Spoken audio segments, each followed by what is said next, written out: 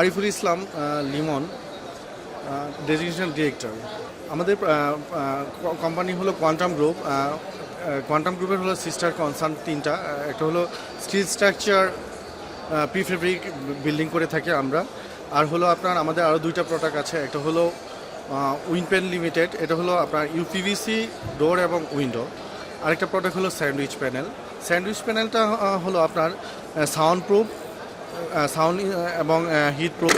এটা হলো দুই পাশে আপনার টিন থাকে, প্রোফাইল শিট, আর মিডলে হলো ইপিএস, যেটা আপনাকে মানে তাপরোধক হিসাবে আপনার ইয়া করা হয়। আবার ইউপিভিসিটার আপনার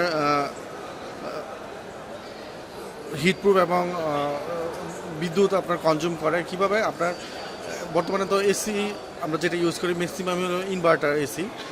ভিতরে ধরেন 25 টেম্পারেচারে যখন আপনার একটা রুম ইয়া থাকে, যতক্ষণ পর্যন্ত আপনার ভিতরে ঠান্ডা থাকে ততক্ষণ পর্যন্ত কিন্তু এসি আবার চালু হয় না।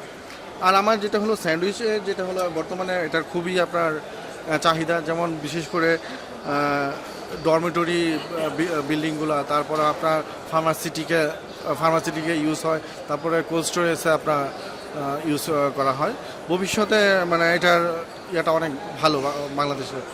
তারপরে আজকে তো আমরা দেখলাম যে মাত্রায় ভূমিকম্প, 5.5 মাত্রায় ভূমিকম্প, আমাদের এখন হয়তো টনক নড়ে যাবে। কারণ যদি স্টিল বিল্ডিং, আরসিসি বিল্ডিংয়ের চেয়ে স্টিল বিল্ডিং যদি হতো, তাহলে স্টিল বিল্ডিং কী হবে, ভূমিকম্প হলে জাস্ট দুলবে।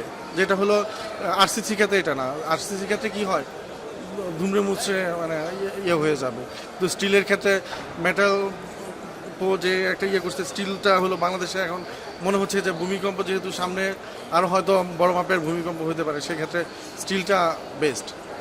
আমরা যেমন এরকম একটা যদি মানে রুম করতে চাই, সেই ক্ষেত্রে শুধু মানে আমরা সিসি থেকে সব কিছু আমরা মানে প্রোভাইড করে থাকি। সেই ক্ষেত্রে শুধু ক্লায়েন্ট আমাকে শুধু মেজারমেন্টটা দিবে, মেজারমেন্টটা দিলে আমরা ইনস্টলেশন থেকে শুরু করে সব কিছুই আপনি ফ্লোরটাও আমরা করে দিব।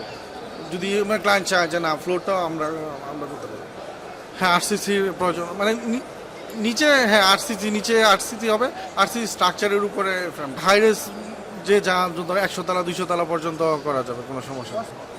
আরসিসির সাথে কস্টটা একটু কম। আপনার আরসিসি ছাড়া এটার আপনার কস্ট পড়বে হলো 850 টাকা স্কোয়ার ফিট। আরসিসি হলে ধরেন 1000 টাকা স্কোয়ার ফিট। আরসিসির তুলনায় লংজিভিটি ওই 100 বছর আপনার ধরতে পারেন, মানে 100 বছর।